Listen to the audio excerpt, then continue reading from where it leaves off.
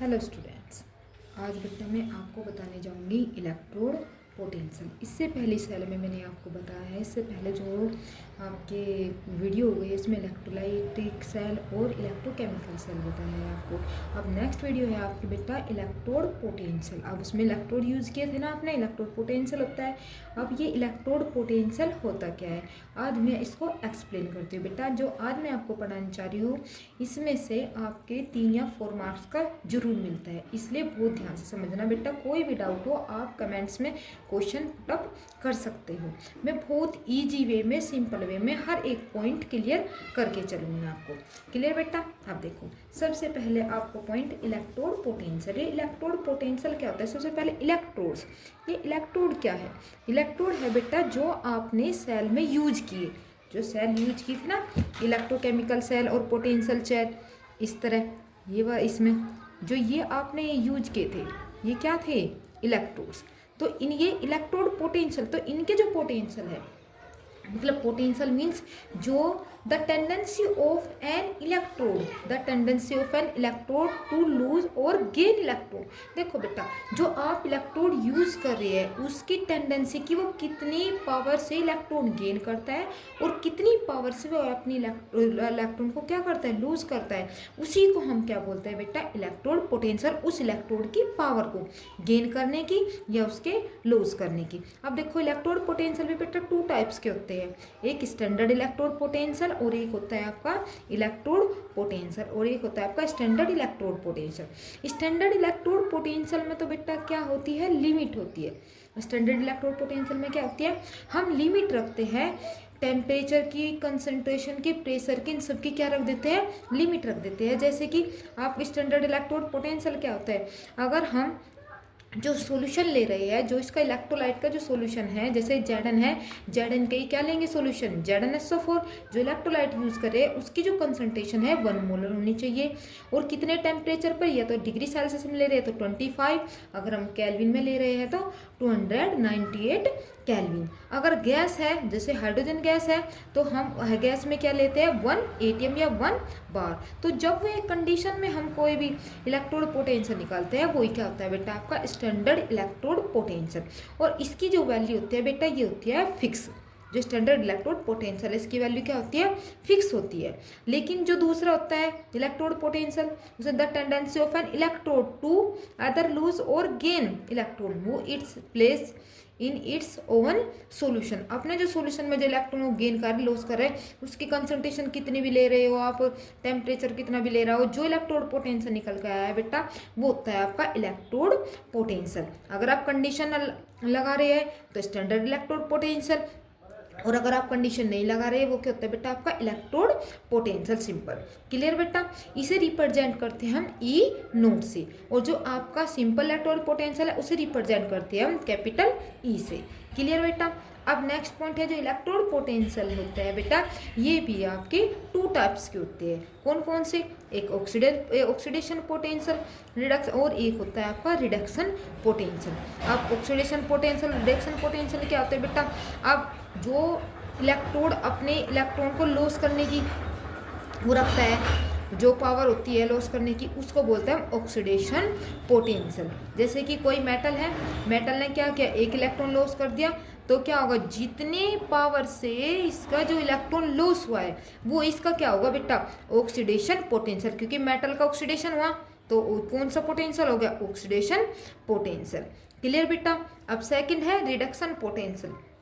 उसी तरह इसमें लॉस किया था और इसमें क्या करना होता? जो एक इलेक्ट्रॉन जो आपका एक इलेक्ट्रॉन को लॉस करता है तो दूसरे इलेक्ट्रॉन इतने ही इलेक्ट्रॉन को क्या करता है? गेन करता है। ये तो आपको पता ही है बेटा। तो इतने इलेक्ट्रॉन को क्या करेगा? गेन करेगा। अब देखो रिडक्शन पोटेंशियल। रिडक्शन पोटेंशियल में क्या होता है? Tendency of an electrode to gain. बेटा इलेक्ट्रोड की इलेक्ट्रॉन को गेन करने की टेंडेंसी को हम क्या बोलते हैं? Reduction potential. क्योंकि इसमें मेटल का क्या हो रहा है? रिडक्शन। तो रिडक्शन हो रहा है तो रिडक्शन पोटेंशियल। क्लियर बेटा? अभी इलेक्ट्रोड पोटेंशियल होते कैसे है सेल में, कैसे बनते हैं? अब देखो बेटा मैं आपको ये क्लियर करूँगी कैसे बनते हैं, कैसे होते हैं। जैसे सेल होती है इस तरह, ये सेल थी इलेक्ट्रोकेमिकल सेल थी, ठीक। यहाँ पे इलेक्ट्रोड थे, ये सपोज ये किसकी थी? जेडन, और ये क्या है आपका कॉपर। अब यहाँ पर देखो बेटा, जब ये इसमें क्या करता है, इलेक्ट्रॉन लॉस करता है, इलेक्ट्रॉन लॉस करने के बाद यहाँ पे क्या मिल जाता है, Zn2+, तो बाहर तो क्या आ गया, प्लस प्लस चार्ज आ गए, और अंदर क्या है, क्योंकि इलेक्ट्रॉन लॉस कर नेगेटिव नेगेटिव, और जो प्लस और नेगेटिव जो आपका मेटल है, ये मेटल है ना, मेटल की इलेक्ट्रोड बनी हुई है, और जो आपका ये सॉल्यूशन है, मेटल आयन बने हैं, ठीक। जो मेटल आयन और मेटल के बीच में जो ये पोटेंशियल बना है, इसी को बोलते हैं हम इलेक्ट्रोड पोटेंशियल। अब डिपेंड करता है ये गेन कर रहा है या लॉस कर रहा है, उसी के अकॉर्डिंग हम इसे ऑक्सीडेशन पोटेंशियल बोल देते हैं या रिडक्शन पोटेंशियल बोल देते हैं। जैसे Zn है, Zn के ऊपर कौन सा होगा, ऑक्सीडेशन पोटेंशियल। कॉपर है, कॉपर क्या करता है, इस इलेक्ट्रॉन को क्या कर लेता है, गेन कर लेता है, तो इसे क्या बोल देते हैं, इसके ऊपर पॉजिटिव पॉजिटिव चार्ज, बाहर नेगेटिव नेगेटिव चार्ज, अपोजिट हो जाता है, तो ये क्या हो जाएगा आपका बेटा, रिडक्शन पोटेंशियल। तो रिडक्शन पोटेंशियल, ऑक्सीडेशन पोटेंशियल क्या होता है, जब मेटल और मेटल आयन के बीच में जो पोटेंशियल डेवलप हो जाता है, उसी को बोलते हैं बेटा हम इलेक्ट्रोड पोटेंशियल, और वो डिपेंड करता है इसकी कंडीशन पर कि वो ऑक्सीडेशन होगा या रिडक्शन। आई होप कि आपके ये एकदम से क्लियर हो गया होगा, जो मैंने अभी इलेक्ट्रोड पोटेंशियल और रिडक्शन पोटेंशियल और ऑक्सीडेशन पोटेंशियल आपको क्लियर कराया है, ठीक है बेटा। अब देखो, जब ऑक्सीडेशन पोटेंशियल होता है, आप देखो जब जो इलेक्ट्रोकेमिकल सेल थी, इलेक्ट्रोकेमिकल सेल में क्या हुआ था, जो सेल थी इसमें से Zn, जो सेल है आपकी उसमें से Zn कहाँ जा रहे थे, सॉल्यूशन में, सॉल्यूशन में जा रहे थे ना।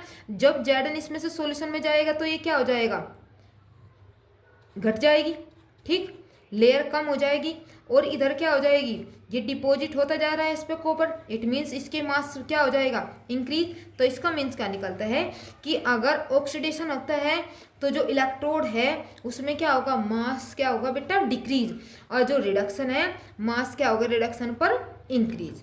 क्लियर बेटा। अब इसके बाद है बेटा नेक्स्ट पॉइंट। अब ये तो हो गया आपका इलेक्ट्रोड, इलेक्ट्रोड में 2 पॉइंट, ऑक्सीडेशन पोटेंशियल और आपका रिडक्शन पोटेंशियल। फिर अब आता है आपका सेल पोटेंशियल। अब सेल पोटेंशियल में देखो बेटा, सेल पोटेंशियल में क्या है आपका, सेल पोटेंशियल को हम क्या बोलते हैं, EMF, इलेक्ट्रॉन मोटिव फोर्स। तो सेल पोटेंशियल को हम कैसे रिप्रेजेंट करते हैं, स्टैंडर्ड E0 से भी रिप्रेजेंट कर सकते हैं आप, और इसको E से भी रिप्रेजेंट कर सकते हैं। ये है कि आप कौन सी कंडीशन यूज करें, स्टैंडर्ड वाली या आपकी simple electrode, simple electrode potential है। तो EMF क्या होता है बेटा, the difference between the electrode potential of 2 half cell. जो 2 आपने हाफ सेल यूज की है, जैसे एक कैथोड और एक एनोड, तो मतलब एक ऑक्सीडेशन हो रहा है, एक रिडक्शन, फिर उन दोनों का जो डिफरेंस है, कैथोड में से क्या करते हैं हम, एनोड माइनस कर देते हैं, तो उन दोनों का जो डिफरेंस है उसी को बोलते हैं बेटा हम EMF कह लो या सेल पोटेंशियल कह लो। तो इसको हम रिप्रेजेंट करते हैं E सेल या EMF equal to E cathode minus E anode. Cathode में से क्या होता है, एनोड माइनस होता है, कैथोड पर ही बेटा क्या होता है आपका, रिडक्शन होता है, और एनोड पर ही क्या होता है बेटा, ऑक्सीडेशन होता है। या तो आप कैथोड एनोड याद कर लो या रिडक्शन ऑक्सीडेशन याद कर सकते हैं, कैसे भी कर सकते हो आप। फिर है नेक्स्ट आपका फैक्टर अफेक्टिंग इलेक्ट्रोड। जो इलेक्ट्रोड्स है इसके फैक्टर अफेक्ट, अब देखो किस चीज़ का इफेक्ट पड़ता है इसके इलेक्ट्रोड पोटेंशियल से। सबसे पहले आपका nature of metal and it's ion. आप देखो बेटा, जो आप आयन्स ले लो, जैसे Fe है, Fe का इलेक्ट्रोलाइट लोगे, Zn है, Zn का इलेक्ट्रोलाइट लोगे, तो बेटा सबकी पावर क्या होती है, अलग अलग होती है, इलेक्ट्रॉन लॉस करने की और गेन करने की। तो जो अलग अलग मैटर लोगे तो क्या होगी, जो इलेक्ट्रॉन लॉस करने की पावर है और गेन करने की पावर है, तो क्या होगी बेटा, अलग अलग होगी। जब अलग होगी तो उसका इलेक्ट्रोड पोटेंशियल भी क्या होगा, डिफरेंट होगा। आप देखो बेटा, किसी के भी वर्क करने की स्पीड ज़्यादा होती है, किसी की स्पीड क्या होती है, जैसे आप ही हो, स्टूडेंट हो, कोई जल्दी याद कर लेता है, पावर बड़ी स्पीड होती है याद करने की, किसी से लेट याद होता है। तो इसी तरह तो सब डिपेंड हो गया ना भाई, स्टूडेंट का कैसा माइंड है कैसा नहीं, माइंड के ऊपर डिपेंड करता है। ऐसे ही इसमें होता है बेटा, जो मेटल है मेटल के ऊपर डिपेंड करता है कि उसका नेचर कैसा है, कितनी जल्दी वो इलेक्ट्रॉन को गेन कर रहा है, कितनी जल्दी वो इलेक्ट्रॉन को लॉस कर रहा है। तो मेटल के आयन पर भी डिपेंड करता है। फिर है कंसंट्रेशन ऑफ आयन। अब जो कंसंट्रेशन ऑफ आयन, ये भी 2 टाइप्स के होते हैं। एक एक्वस है तो आप कंसंट्रेशन मोलर ml लोगे आप वो वैल्यू, अगर गैस है तो आप प्रेशर में लोगे। क्लियर बेटा, और टेम्परेचर, इन दोनों का बेटा इफेक्ट पड़ता है किसके ऊपर, इलेक्ट्रोड पोटेंशियल पर। क्लियर बेटा। अब नेक्स्ट है आपका क्या, SEP। अब SEP क्या है बेटा, स्टैंडर्ड इलेक्ट्रोड पोटेंशियल। मैं अभी बताया आपको SEP कि स्टैंडर्ड इलेक्ट्रोड पोटेंशियल क्या होता है, SEP होता है स्टैंडर्ड इलेक्ट्रोड पोटेंशियल में इसमेम क्या लग जाती है, लिमिट लग जाती है कि अगर हम टेम्परेचर लेंगे, अगर आप टेम्परेचर लेते हो तो कितना लोगे, 298 केल्विन। अगर आप कंसंट्रेशन लेते हो कितनी लोगे, 1 m। अगर आप क्या ले रहे हो, प्रेशर ले रहे हो, गैस है तो क्या लोगे, 1 atm। जो इस कंडीशन पे आपका जो इलेक्ट्रोड पोटेंशियल होता है उसे क्या बोलते हैं, SEP। तो हम क्या करते हैं, जो स्टैंडर्ड इलेक्ट्रोड पोटेंशियल है वो इक्वल होता है माइनस स्टैंडर्ड ऑक्सीडेशन पोटेंशियल। देखो बेटा, जो इनका ऑक्सीडेशन रिडक्शन पोटेंशियल होता है ये एक दूसरे के क्या होते हैं, अपोजिट होते हैं, सिर्फ साइन चेंज हो जाता है लेकिन वैल्यू क्या रहती है, सेम रहती है। जो वैल्यू रिडक्शन की है वो उसके अपोजिट साइन में वही किसकी हो जाएगी, ऑक्सीडेशन की, वैल्यू चेंज नहीं होती। जैसे कि अगर कॉपर है, कॉपर का जो रिडक्शन पोटेंशियल है उसकी जो अगर कॉपर है, जिंक है, इनकी प्लस में वैल्यू है और हम ऑक्सीडेशन में लेंगे तो किस में हो जाएगी, माइनस। क्लियर बेटा। तो हम कैसे, SRP या equal to minus SOP, standard reduction potential. इसकी अपोजिट वैल्यू अगर हम इसकी वैल्यू के सामने माइनस लगा देंगे, नेगेटिव लगा देंगे तो वो क्या हो जाएगा, स्टैंडर्ड ऑक्सीडेशन पोटेंशियल। क्लियर बेटा। अब जो IPSC है उसने क्या कहा, उसने कन्वेंशन किया कि जो स्टैंडर्ड रिडक्शन पोटेंशियल है वही क्या है, SEP है। उसी को क्या ले लिया बेटा उसने, SRP को ही SEP मान लिया कि जो रिडक्शन पोटेंशियल है हम जो कैलकुलेशन में यूज करेंगे हम रिडक्शन पोटेंशियल ही यूज करेंगे, हम ऑक्सीडेशन पोटेंशियल यूज नहीं करेंगे। क्लियर बेटा।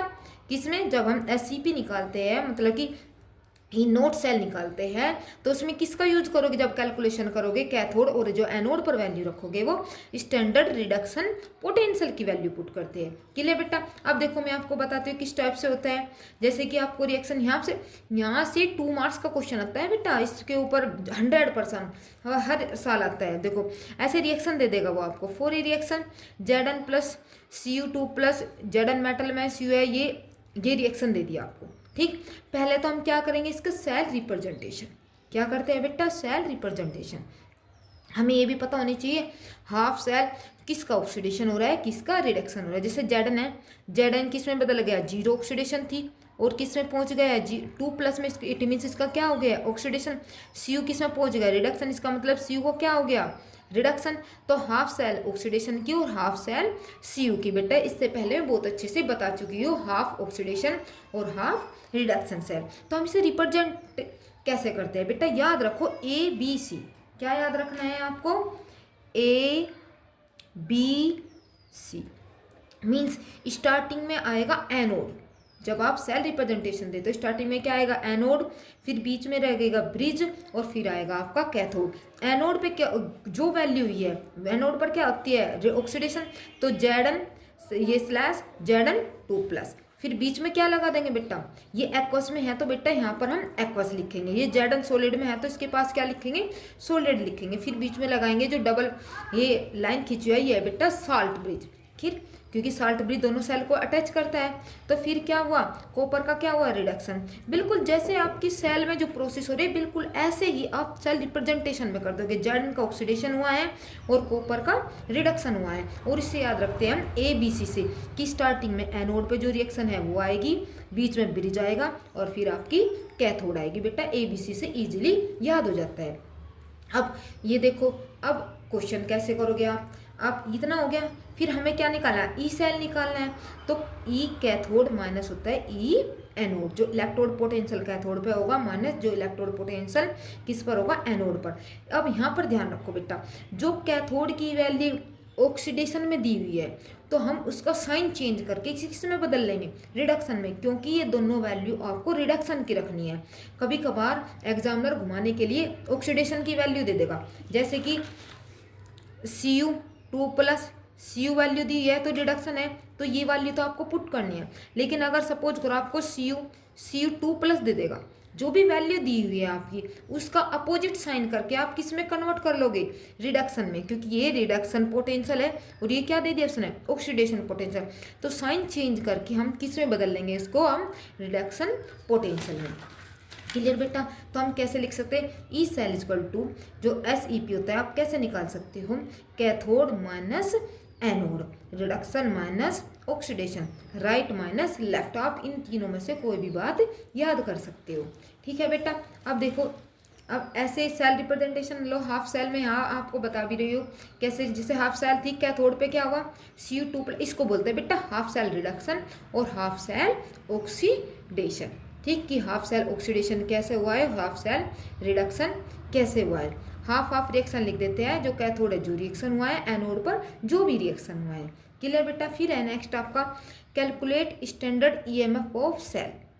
ईएमएफ सेल का मतलब ई सेल कह लो या ईएमएफ ऑफ सेल कह लो। देखिए ये क्वेश्चन दिया हुआ है, इस मैंने जो जिस टाइप से इस पॉइंट पर बेटा क्वेश्चन आए हैं उसी टाइप के हर टाइप के मैंने क्वेश्चन करा दिए, जिससे कि आपको पता चल जाए साथ के साथ कि एग्जामिनर किस टाइप से क्वेश्चन पूछता है, हमारी समझ में आया है या नहीं आया है। यही साथ के साथ आप क्वेश्चन करके देखना, फिर आपको पता चल जाएगा आपसे कितना समझ आया है। देखो बेटा, गिवन सेल, ये आपको सेल रिप्रेजेंटेशन करके दे देगा वो, और बोलेगा ई नोट सेल। ई नोट सेल मतलब कि आपको क्या निकालना है, ईएमएफ निकालना है। तो उसने वैल्यू दे दी। देखो बेटा यहाँ पर रिडक्शन हो रहा है Zn2+ का Zn में, इसका मतलब रिडक्शन की ही वैल्यू है। कॉपर का क्या हो रहा है, रिडक्शन हो रहा है, इसका मतलब ये रिडक्शन की वैल्यू है। इट मीन्स इसका मतलब हमें इसमें कोई भी चेंज नहीं करना है, जो जहाँ आएगा वो वहीं रख देंगे। तो मैंने क्या समझा था, जो स्टार्टिंग में आता है उसका क्या होगा, ऑक्सीडेशन। इसका मतलब ये एनोड और ये क्या है बेटा, कैथोड। तो क्या फॉर्मूला भी याद करके हम, कैथोड माइनस एनोड। तो कैथोड पर कौन है बेटा, आपका Cu। तो Cu की क्या वैल्यू है, ये 0.34। एनोड पर क्या है, ये वाली वैल्यू, तो ये वैल्यू रख देंगे, माइनस माइनस हो जाएगा प्लस, प्लस हो जाएगा, आपका जो ई नोट सेल है वो आ जाएगा आपका 1.1 वोल्ट। बेटा क्लियर। एक और बात याद रखना बेटा, कभी कभार ऐसे कंफ्यूज हो जाते हैं कि हम एनोड पर कौन सी वैल्यू दें और कैथोड पर कौन सी वैल्यू रखें, ऐसे कंफ्यूजन हो जाता है। आपको कंफ्यूज नहीं करना है। जो भी अगर आप ये नहीं पहचान पा रहे कि एनोड पर कौन सी है कैथोड पर कौन सी है, जो भी वैल्यू सबसे छोटी है, ये याद रखना, जो भी सबसे छोटी वैल्यू है वहाँ वो रखनी है आपको एनोड पर। ठीक है, जो जितना ज़्यादा नेगेटिव होगा वो इतना ही ज़्यादा रिड्यूसिंग पावर रखता है। ठीक, क्लियर बेटा। और कैथोड पे आएगी बड़ी वैल्यू। एक वैल्यू याद रखो, जो छोटी है वो हमें एनोड पे रखनी है, फिर आपको इजीली ये क्वेश्चन हो जाएगा। बहुत कंफ्यूजन होता है स्टूडेंट्स को। बेटा देखो मैंने बिल्कुल एकदम आपका ये कंफ्यूजन क्लियर कर दिया है, आपको इसमें कोई भी कंफ्यूजन नहीं होना चाहिए। ठीक है बेटा। अब नेक्स्ट क्वेश्चन है, देखो गिवन सेल रिएक्शन, ये सेल दे दी है। ठीक, अब ये सेल दे दी इसने और ये इनका इलेक्ट्रोड पोटेंशियल देखो। देखो बेटा बहुत ध्यान देने वाली बात है। देखो Zn किस में जा रहा है, 2+ में। इसका मीन्स यहाँ पे क्या हो रहा है, इसका ऑक्सीडेशन हो रहा है, तो 0.76 वोल्ट। और इसका भी क्या आ रहा है, ऑक्सीडेशन। इसका मतलब हमें ऑक्सीडेशन वैल्यू तो नहीं रखनी है, तो इनका साइन चेंज करके किसमें बदल लेना है, Rp, रिडक्शन पोटेंशियल पे। क्लियर बेटा। अब देखो बेटा इसने सेल दिए हुए हैं यहाँ पे, कभी कभार वो क्वेश्चन पूछ लेता है कि एनोड पर कौन सी रिएक्शन होगी और कैथोड पर कौन सी रिएक्शन होगी। हाफ सेल ऑक्सीडेशन का लिखो, हाफ सेल रिडक्शन का लिखो। अब देखो एनोड पर कौन सी रिएक्शन होगी, एनोड पर ऑक्सीडेशन होता है तो Zn2+, तो रिएक्शन लिखो बेटा। देखो Zn, तो Zn 2 इलेक्ट्रॉन दे देगा, तो Zn 2 इलेक्ट्रॉन दे देगा, तो 2 इलेक्ट्रॉन इसमें से रिमूव हो जाएंगे। तो जो ये 2 इलेक्ट्रॉन है कौन लेगा, आपका Ag। तो ये Ag 1 इलेक्ट्रॉन लेता है। एक बात का ध्यान रखना है बेटा, ऑक्सीडेशन पे जितने इलेक्ट्रॉन लॉस कर रहे हैं, रिडक्शन को इतने ही इलेक्ट्रॉन लेने हैं। तो 1 Ag 1 इलेक्ट्रॉन, तो 2 Ag कितने लेंगे, 2 इलेक्ट्रॉन, तो किस में बदल जाएगा, Ag में। क्लियर। ये एनोड पर हाफ ऑक्सीडेशन रिएक्शन हो गई, ये कैथोड पर हाफ ऑक्सीडेशन रिएक्शन हो गई। Clear point. अब हम इसमें लिखेंगे कैथोड माइनस एनोड। देखो यहाँ पे माइनस की वैल्यू दी गई थी, हमने साइन चेंज करके किस में बदल लिया, रिडक्शन पोटेंशियल में यहाँ पर प्लस में वैल्यू दी थी, साइन चेंज करके किस में कर लिया, रिडक्शन पोटेंशियल में, माइनस माइनस प्लस, ये इसकी वैल्यू आ जाएगी ई नोट की। मेरे ख्याल से बेटा यहाँ तक आपके समझ में आ गए होंगे इस टाइप से क्वेश्चन।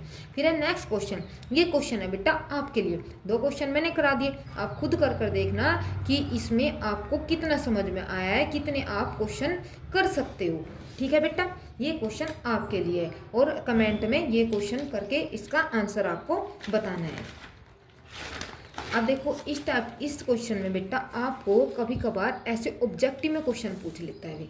कैसे, देखो फॉर द सेल गिव एजी, ये सेल दे देगा वो आपको, ठीक, ये बोल दे कि एजी पर जो इलेक्ट्रोड पोटेंशियल एक्स है, सी यू पर इलेक्ट्रोड पोटेंशियल वाई है, ठीक। तो फाइंड ई नोट कह रहा है आपको, ये तो वैल्यू दे दी, आपको ये पता है कैथोड माइनस क्या होता है बेटा एनोड, ये ऑब्जेक्टिव में क्वेश्चन पूछा हुआ है बेटा।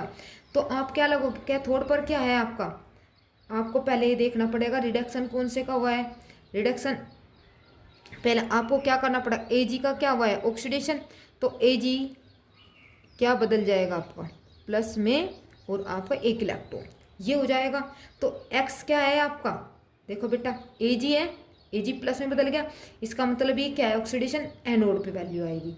तो इट मीन्स यहाँ पर तो क्या आ जाएगा एक्स और यहाँ पर क्या आएगा वाई, तो आंसर क्या हो जाएगा E naught cell Y minus X, और यही आपका ऑब्जेक्टिव क्वेश्चन में दिया हुआ था।